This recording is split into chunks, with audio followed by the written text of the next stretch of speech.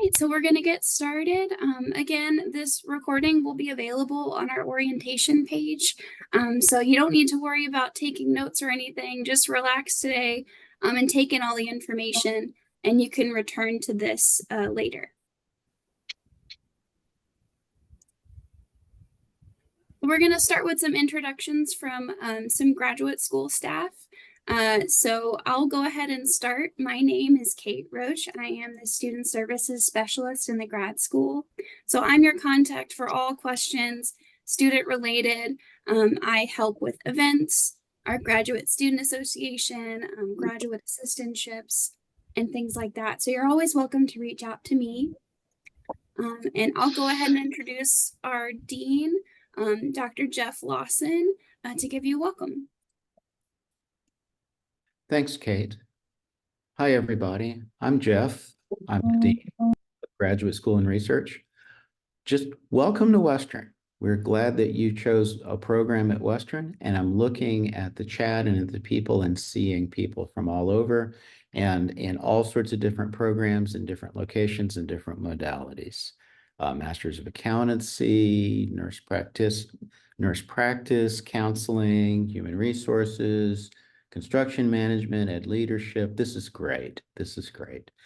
One thing I really think is important at Western, and I won't say unique to Western, but something we do well, is we really try to build a sense of community and camaraderie throughout the program so that you have resources, you have colleagues, and you have networks for your next steps.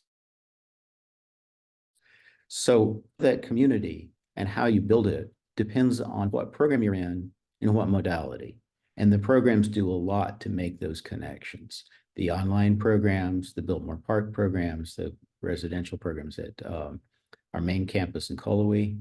But two things we do as a whole that I want to make note of are the Graduate Student Association.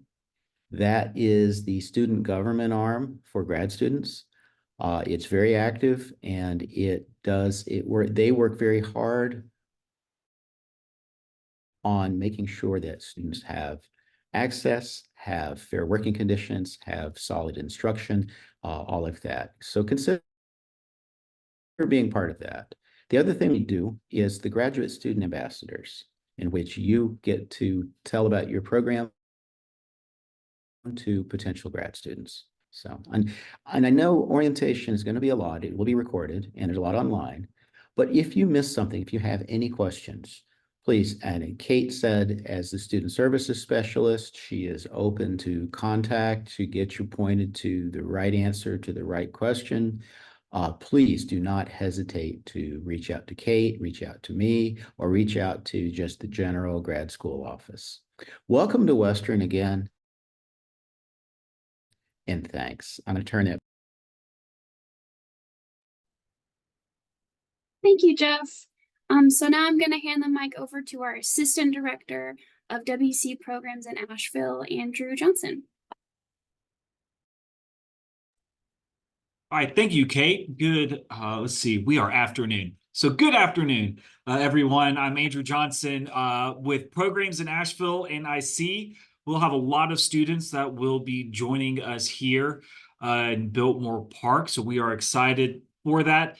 Some of these programs are also going to have a little bit more individualized orientations when you arrive here in a couple weeks or a couple months, whenever your start date is. So I won't kind of go too deep into the weeds of those, but just a couple of exciting things and things to note. We are open regardless. So if you are in the area and you just want to stop by Programs in Asheville, we are open 8 to 5, Monday through Friday, if you would just kind of like to see that space moving forward. With that said, we're very excited that we are kind of doing a little bit of renovation and expansion. So you may see a couple of exciting things in transition during that time. And it may be a little bit different from when you see it in the next couple of weeks and when we start in the fall. Hopefully expanding some space for a lot of students, adding a little bit more of a dining kind of food service option for our students, and then general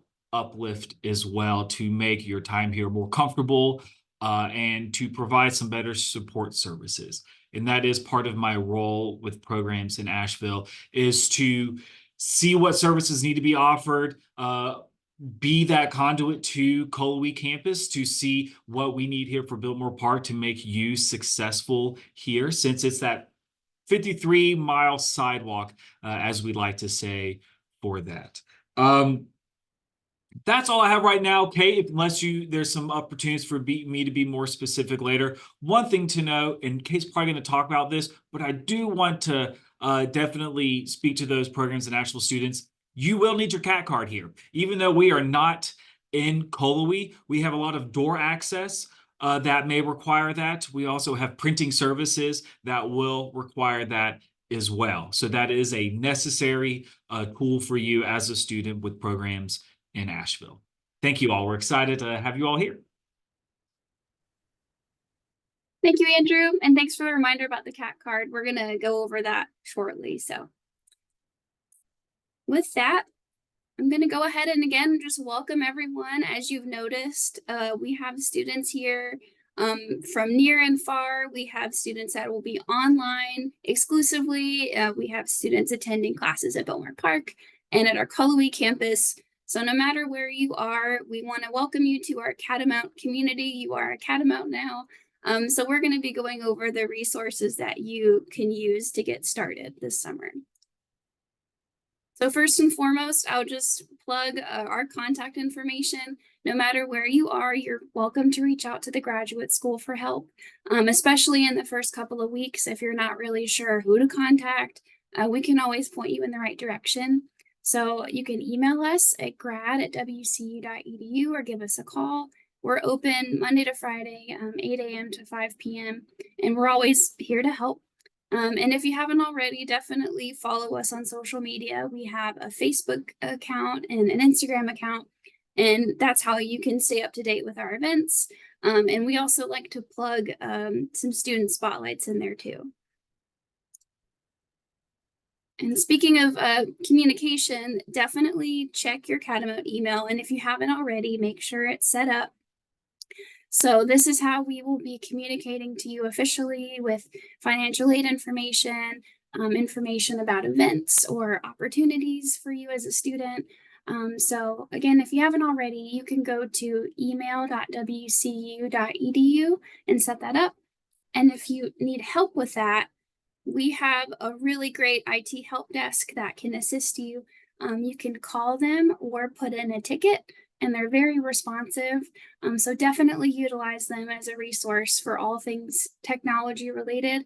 They can also help you get connected to our Wi-Fi. So if you're ever on campus, you would use Edaroam is our Wi-Fi. And that would be the same login as your student account, but they're always there to assist. And speaking of your student account, you definitely want to get familiar with your My WCU portal. So especially because during the summer, you'll likely be taking online classes. This is how you will access your Canvas courses. This is how you can access email, or even the IT help desk has a link here on the right. And you can also register for classes, see your transcript. So definitely get familiar with this, because you'll be in here a lot over the summer. And Canvas, as I've mentioned already, is basically going to be your classroom, especially if you're online. So get familiar with Canvas. If you haven't already, log on and see if your courses are available. You might notice that sometimes courses aren't published until the first day of classes, so don't panic if you log in and you don't see anything yet. Each course is a little bit different, especially if you're starting at kind of a weird point in the summer semester. So for now, just kind of figure out how to navigate where things are. There are some modules you can go through, and there's also videos on YouTube that can be really helpful. And don't be afraid to reach out to the help desk if you get stuck and you're just not sure how to get something. And if you are a SPED student, meaning a special education student, there is already a module in there for you to complete. It's called SPED Student Center. So make sure you go in there and you complete that before starting your classes. And when you access Canvas through my WCU, it'll look like this. So on the left-hand side, you'll see some navigation buttons. You can see your courses on the dashboard. There's also a nice calendar feature. So if you're taking multiple classes at once, that's really helpful to kind of see when deadlines are and things like that. So definitely poke around in here and see if your courses are there. You can kind of get an idea of what books you might need ahead of time, and what assignments to expect. So I would definitely log in before if you can. And speaking of CAT cards, even if you're an online student, if you're Biltmore Park, Cullowhee, definitely get a CAT card. As Andrew mentioned, if you're Biltmore Park, you need it to access the building. And if you're on campus, either Cullowhee and Asheville, you need it to print. So you can set this up remotely. You just send your information and a picture to catcard@wcu.edu, and they can mail it to you. So even if you're an online student and you will rarely come to campus, if at all, you can still use your CAT card. You're still a student, for things like discounts at restaurants and things like that. So we want to make sure you get this set up sooner rather than later. Okay, so no matter where you are, we just want to go over a few resources that might be able to help you after you get settled. So I'll start with parking. If you are coming to campus, maybe not over the summer, but maybe in the fall, you're taking classes on one of our campuses, make sure you know ahead of time the parking situation. So if you're taking classes in Cullowhee, you do need a parking pass. You can set that up through the parking services. Or if you're maybe visiting Cullowhee campus, you could use a visitor parking. So just know ahead of time that's something you need to set up. If you're in Asheville, however, I've heard that you do not need a parking permit. You just have to park in a specific location. Andrew's shaking his head, so I'm thinking that is correct. I hope so. Okay. So, which is really nice. It's in a parking garage on Biltmore Park's campus. So if you need more information about that, feel free to reach out to your program, but I think the parking garage is the way to go. And when it comes to safety, if you're on one of our campuses, we have 24-hour security. Biltmore Park has security, and there is a specific number.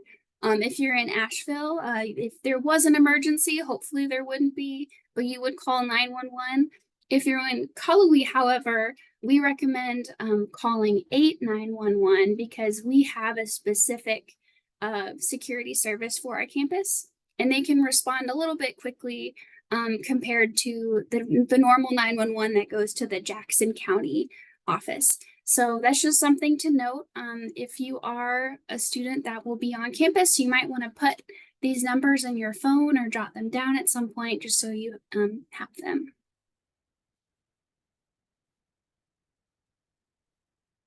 And I also wanted to share that as a student, you have access to our counseling services. So if you're either studying in person or online, our CAPS office, they offer virtual and in-person counseling. So it's at no cost. If you want to make an appointment, all you need to do is call their number, or you can go to caps.wcu.edu. And speaking of books, we do have a bookstore for our students. So you can purchase books online, or if you're in the area in Cullowhee, you can go to the bookstore in person. Make sure that you know what books you need ahead of time. Sometimes in my WCU on your course listing, it will include the books you need. Or if you're in Canvas on the syllabus, it'll list what books you need. And if you're not sure, you can always reach out to your professor. But since it's summer, I would recommend getting them now so you can kind of have them ready before classes start, because sometimes in the summer it can be really condensed. So you want to make sure you're prepared for that. So again, if you need to buy books, you can use our bookstore for that. There's also free books and resources available. So again, whether you're online or in person, Hunter Library has resources for you. They also have a chat feature where you can chat with a librarian. They can help you, find articles for your research and things like that. So definitely use them. And if you're in the area in Cullowhee, you can also use the library as a quiet space. You can reserve a room. So just FYI, it's a really nice resource to use. And there's plenty other resources on campus, but just as a reminder, all of the resources that are available to undergrad are really extended to graduate students as well. So things like our Brain Fuse, which is a tutoring support service, the Writing and Learning Commons. This is a great place to go if you need help writing papers. Maybe you haven't written a paper in a while, or you're not sure how to format. Maybe you've changed fields and you're not sure how to write certain things. They're a great resource. We also have a CCPD, which is our Center for Career and Professional Development. They can assist you with things like your resume. They even do mock interviews, so you can prepare for your career after school. And then, of course, our IT is a really good resource. Right, so I also want to inform you all of the special grad school policies that are probably a lot different than your undergrad that you're used to. So if you ever need help at all and you're not sure who to reach out to again, please reach out to us. We're always here to help you kind of navigate your options. But when it comes to grades and things like that, just be aware that at the grad school level, an F does result in a dismissal. So we want to help you prevent getting an F at all costs. So again, if you feel like you're in trouble or you're having a tough time, definitely reach out to your professor or your advisor or us, and we can kind of help you through it because we definitely don't want you to be dismissed. The same thing applies for 3 Cs. So once you hit that 3rd C, you would be dismissed. And sometimes certain programs have even more restrictive policies. For example, maybe it's 2 Cs. So just be familiar with that. And if you're not sure if your program does have that, just ask them. They might go over that during their orientation with you. But just be aware, we want to help you avoid that as much as possible. So always reach out. And if for some reason maybe you took some courses before you started your courses at WCU and you want to transfer them in, that is an option. So what you would do is just reach out to your program and say, I took these courses, can they transfer? And your program will determine if they can be transferred into the curriculum. So that is an option. Another thing to note, we have a stop out policy. That means stopping out basically means taking a semester off.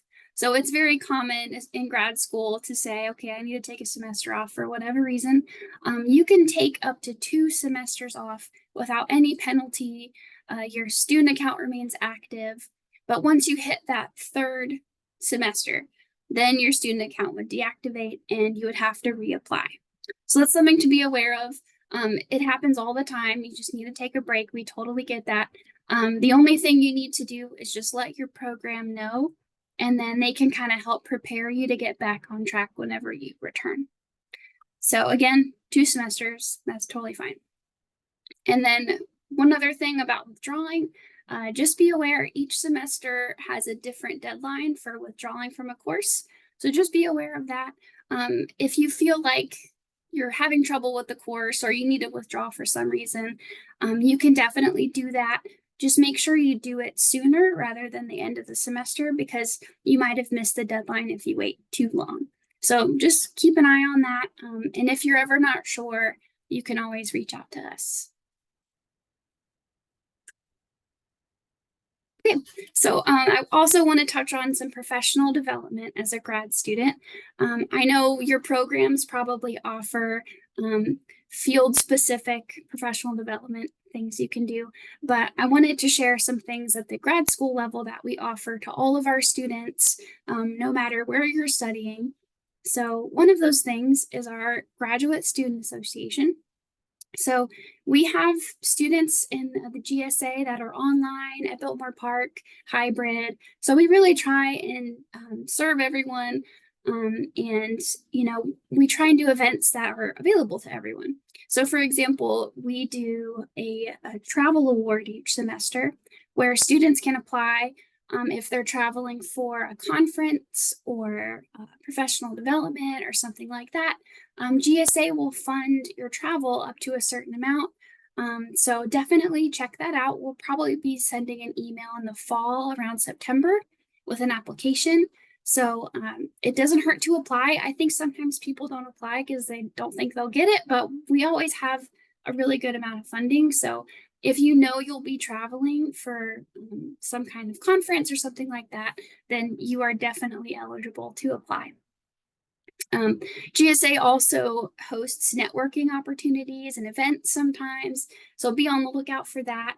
They'll often do things on Zoom, so you could attend from anywhere. So yeah, GSA is a really good resource for you all. Graduate school also hosts 2 events each year. One of them is our 3-minute thesis competition. Again, this is open to everyone. Essentially, the competition is you take your research or your thesis and you condense it down into a 3-minute presentation over some kind of slide. And we rank them and we have like a watch party of all the videos. So it's really fun. And you can compete even if you're not technically doing a thesis. You can present any kind of research. So we encourage everyone to participate because it's a really easy thing to do, and you submit it virtually. So even if you're far away, you can still participate. Another opportunity is our Graduate Research Symposium. We do this every spring. This year it'll be March 19th to the 20th. We host it in a professional conference format, and we have a few ways you can attend. So one is a poster presentation and one is an oral presentation. So even if you're a virtual student, you can still participate by submitting a poster and it can be judged. And again, we give prizes for the winners to this. So I encourage everyone to participate if you can. All right, so before we end, I just wanted to go over some tips for taking online classes because I know most of you are over the summer. So even if you're, not on campus this summer, make sure you set up a study space, just a quiet space where you can dedicate time to work on your classes. I would also recommend avoid procrastinating if you can, especially because in the summer you have a lot thrown at you at once, and the deadlines can really creep up on you. So try and get your calendar sorted and kind of know when the due dates are. Get familiar with Canvas, kind of set things on your phone if that's easier. And then definitely reach out to your classmates or your professor and see if they have office hours. So yeah, I would highly recommend doing that. And again, this recording is going to be on our orientation page. There's also a list of resources for all the campuses on this page as well if you want to learn more about the offices I mentioned. So definitely check this out. The video will probably be up by tomorrow. And that concludes my presentation. So we will stick around here for a while and answer any questions you might have. So thank you so much for coming, and we wish you a really good summer term.